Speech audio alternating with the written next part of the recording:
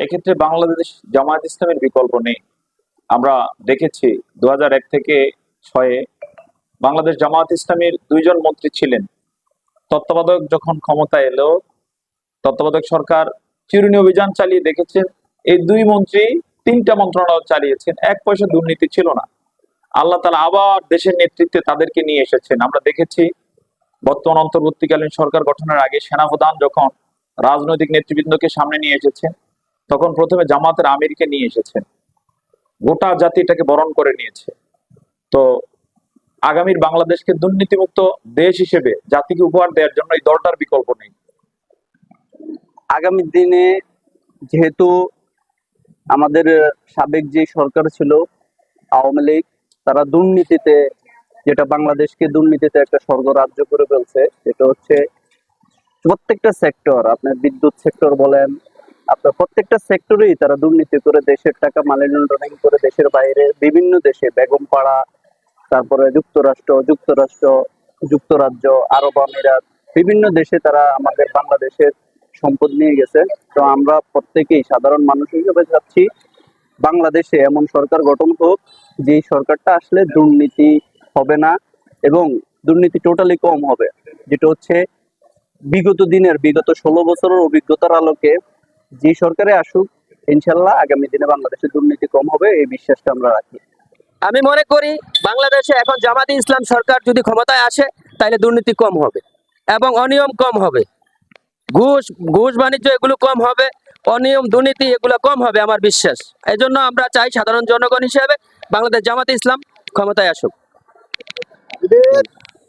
আগামী দিনে তারেক রহমানের নেতৃত্বে যদি নতুন মুখ চলে আসে, তাহলে আমাদের রাষ্ট্রে দুর্নীতি মুক্ত হওয়ার আমরা সকলেই এই আশা করি এবং আমারও আশা যে দুর্নীতি মুক্ত একটা বাংলাদেশ গড়ে তুলবে। জামাত ইসলাম যেহেতু একটি আদর্শিক রাজনৈতিক দল এবং জামাত চায় একটি শোষণমুক্ত, দুর্নীতিমুক্ত রাষ্ট্র প্রতিষ্ঠা করতে, এবং এর প্রমাণ এবং নজির তারা অনেক আগেই জাতির সামনে পেশ করেছিলেন। যখন 2001 সালে যখন নির্বাচনে 4 দলীয় ঐক্যজোটের নেতৃত্বে যখন একটি রাষ্ট্র গঠিত হয়েছিল, সেখানে জামাত ইসলামের 2জন মন্ত্রী ছিলেন।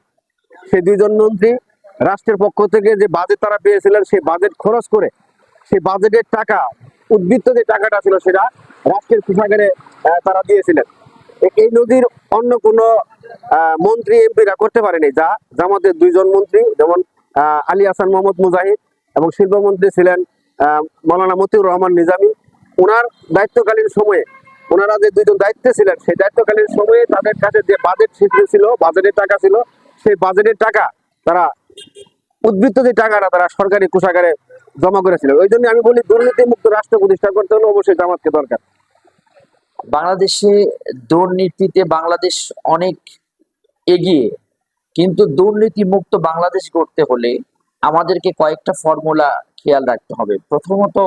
প্রথম কথা হচ্ছে দুর্নীতি কোনো সংবিধান করে বন্ধ হবে না। দুর্নীতি বন্ধ করতে হলে আল্লাহ তাআলার বাণী এবং রাসূলুল্লাহ সাল্লাল্লাহু আলাইহি ওয়াসাল্লামের সুন্নাহকে প্রতিষ্ঠিত করতে হবে। তাহলে দুর্নীতি একদম শূন্যর কোঠায় যাবে। কারণ রাসূল করিম সাল্লাল্লাহু আলাইহি ওয়াসাল্লামের সাহাবীরা যখন সে সময় পরিচালনা করেছিলেন কোরআন দিয়ে, হযরতে ওমর রাদিয়াল্লাহু তাআলা আনহুর কথা আপনারা যদি ইতিহাস পড়েন তাহলে দেখতে পাবেন যে সে সময় ন্যায় বিচার কায়েম করেছিলেন হযরতে ওমর। এখন আপনাকে বাংলাদেশে খুঁজতে হবে, দুর্নীতি যদি দূর করতে হয়, একদম শূন্যর কোঠায় নিয়ে আসতে হয়, তাহলে ওমরের উত্তরসূরি যারা পবিত্র কোরআন এবং হাদিসের আদলে যারা দেশ পরিচালনা করবে তাদেরকে খুঁজে বের করতে হবে। আর পবিত্র কোরআন এবং হাদিসের আদলে যদি দেশ পরিচালিত হয়, তাহলে দুর্নীতি একদম শূন্যর কোঠায় চলে আসবে। এটা বিএনপি গেলে দুর্নীতি কম হবে। দুর্নীতি, আশা করি দুর্নীতি জামাতে ইসলাম যদি আসে, তাহলে দুর্নীতি ইনশাল্লাহ 100% কমে যাবে দুর্নীতি। আর বিএনপি যদি আসে, বিএনপি আসলো, তবে আওয়ামী লীগের থেকে অনেক কম হবে। আওয়ামী লীগ যেভাবে পরিচালনা করছে, ওরা তো দেশটাকে লুটি খাই ফেলাইছে। তো বিএনপি আসলেও অনেকটা কমবে, তবে সবচেয়ে বেটার হবে জামাতে ইসলাম যদি আসে, ইনশাল্লাহ আশা করি বাংলাদেশের দুর্নীতি অনেকটাই কমে যাবে। না, আগামী দিনে যদি বলি যে দুর্নীতি কম হবে এরকম কোন সরকার, তাহলে জামাত আসলে হয়তো বা দুর্নীতিটা একটু কম হবে। বাট তবু আমরা জামাতকে ওইভাবে আমরা সাপোর্ট করতেছি না, আমরা বিএনপি তারেক রহমানকে আমরা সাপোর্ট করতেছি।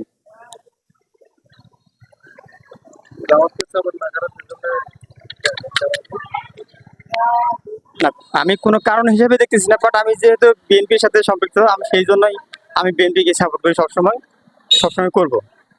আগামী দিনে আমাদের বাংলাদেশে বিএনপি যদি না আসে তাহলে দেশে গন্ডগোল সৃষ্টি বেশি হবে। আমরা বিএনপি চাই না। দুর্নীতি কম হবে জামাতে ইসলাম গেলে।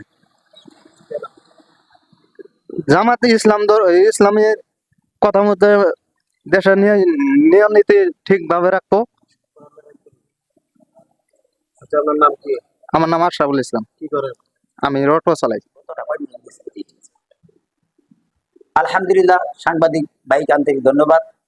আগামীতে কোন দলটি গেলে বাংলাদেশ থেকে দুর্নীতি একেবারে মূলোৎপাটন করতে পারবে সেটা আমরা যদি লক্ষ্য করি তাহলে দেখতে পাই, জাতীয় পার্টি, বিএনপি, আওয়ামী লীগ সহ অন্যান্য দলগুলি যারা রয়েছে তারা যখন এমপি প্রার্থী হয়, নমিনেশন ক্রয় করে, তখন আমরা দেখতে পাই লক্ষ লক্ষ টাকা পার্টিকে দিতে হয়।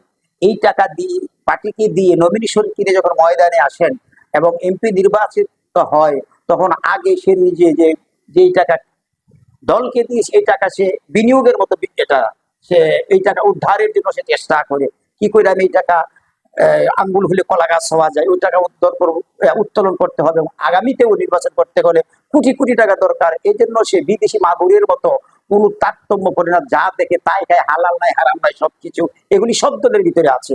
কিন্তু আমরা দেখতে পাই শুধুমাত্র কেবলমাত্র জামাত ইসলাম একটি দল, যেই দলে নমিনেশন কিনবে তো দূরের কথা, প্রার্থী হবে তো দূরের কথা, সেও জানে না তাকে দল থেকে যে প্রার্থী করা হবে। সেক্ষেত্রে তারা নমিনেশন কিনতে গেলে টাকা লাগে না, তারপরে যার ভিতরে তাকওয়া বেশি দল তাকে কেন্দ্রীয় মন্ত্রী সুরার পরামর্শক্রমে তাকে প্রার্থী দেয় এবং সে নির্দ্বিধায় নির্বিঘ্নে আল্লাহর ভয় অন্তরে বিরাজমান করে, সততার সাথে, যোগ্যতার সাথে, ইখলাসের সাথে, পরকালে আর আল্লাহর ভয় অন্তরে বিরাজমান করে সরকারের পক্ষ থেকে এমপি হয়ে যা পায় তা জনগণের কাছে নিয়ে বিতরণ করে নিজে সেবক হয়, শাসক হয় না। সেবক হয়ে হযরত ওমরের মতো, খোলাফায়ে রাশিদিনের মতো জনগণের ধারে ধারে তাদের পণ্য, তাদের প্রাপ্যতা নিয়ে যায়। এক্ষেত্রে জনগণ, এই ক্ষেত্রে আমরা যা বলতে পারি যে অন্যান্য দল কোরআন সুন্নাহ লালন করে না। আমাদের জামাত ইসলামী বাংলাদেশ যেটা, এটা আল্লাহর কোরআন এবং সুন্নাহর অনুযায়ী এটা নিজেকে লালন করে। আল্লাহর কোরআন সূরা নূরের 55 নম্বর আয়াতে কারিমা আল্লাহ বলেন, ওয়াদাল্লাহুল্লাযিনা আমানু মিনকুম ওয়া আমিলুস সালিহাত, তোমরা যদি ঈমান ও আমলে সাহাদে করো, আমি আল্লাহ ওয়াদা দিচ্ছি তোমাদেরকে দুনিয়ার নেতৃত্ব কর্তৃত্ব তোমাদের হাতে উঠায় দিব। সুতরাং তাদের হাতে উঠায় দিলে দুর্নীতি থাকবেই না। বিগত 2001 থেকে 6 পর্যন্ত 2 জন মন্ত্রী 3টা মন্ত্রণালয় চালিয়েছেন। দেশি বিদেশি সাংবাদিকগণ অনুবীক্ষণ দূরবীক্ষণ যন্ত্র দিয়ে 1 টাকার তার আত্মসাৎ করেছে। এইরকম নজির দৃষ্টান্ত বিশ্ব বিবেক সাক্ষ্য দিচ্ছে যে তারা পায় নাই। তাহলে আমরা বুঝতে পারি দুর্নীতি থেকে ক্ষুধা দারিদ্র মুক্ত একটি দেশ যদি গড়তে হয়, জামাত ইসলামীর এমপি মন্ত্রী এই দল ছাড়া বিকল্প কোন দল এবং ব্যক্তি বাংলাদেশে এখনো ভবিষ্যতে অতীতে খুঁজে পাই নাই, বর্তমানে পাওয়া যাবে না। ইনশাআল্লাহ এটা গর্বের সাথে বলতে পারি। আল্লাহ রাব্বুল আলামিন আমাদের সকলকে এই দলকে সহযোগিতা করা, এই দলের পরামর্শ দেওয়া এবং আগামী দিন দেশটাকে সুন্দর ক্ষুধামুক্ত, দারিদ্র মুক্ত, সন্ত্রাস মুক্ত, মাদক মুক্ত, চাঁদাবাজি মুক্ত, হিরোইন গাঁজা মুক্ত একটি সুন্দর দেশ গঠন করতে হলে সুন্দর মনের মানুষের প্রয়োজন, যাদের ভিতরে আত্মসাৎ, ব্যক্তি কেন্দ্র, তারপরে ওই মুনাফিকি, ফাসিকি, জালিমি কোনো আচরণ করবে না কারোর সাথে, আমানতকে হেফাজত করবে, এরকম ব্যক্তিরা যদি আগামীতে ক্ষমতায় আসে, বাংলাদেশ ইনশাআল্লাহ সুখী সমৃদ্ধশালী হতে, আধুনিক মালয়েশিয়া, সিঙ্গাপুর হতে বেশি দিন সময় লাগবে না ইনশাআল্লাহ। এই জন্য দেশের 16 থেকে 18 কোটি মানুষ যে রয়েছে, এই মানুষগুলো আমরা যদি ইনশাআল্লাহ তাদের হাতে দেশ ন্যস্ত করি, আগামী নির্বাচনে যদি আমরা তাদেরকে সমর্থন করি, তাদের পাশে থাকি, তাহলে ইনশাআল্লাহ একদিক দিয়ে আল্লাহ রাব্বুল আলামিন সন্তুষ্টি অর্জন করা যাবে। গুড একটি আমানত দুর্নীতিমুক্ত দেশ গড়ার জন্য তারা দীপ্ত প্রত্যয় নিয়ে যে তারা নেমেছে, এই কাজে যদি আমরা সহযোগিতা করি, আশা করি দেশ ইনশাআল্লাহ দুর্নীতি থাকবে না, সুখী সমৃদ্ধশালী স্বনির্ভর একটি দেশ গঠন হবে ইনশাআল্লাহ।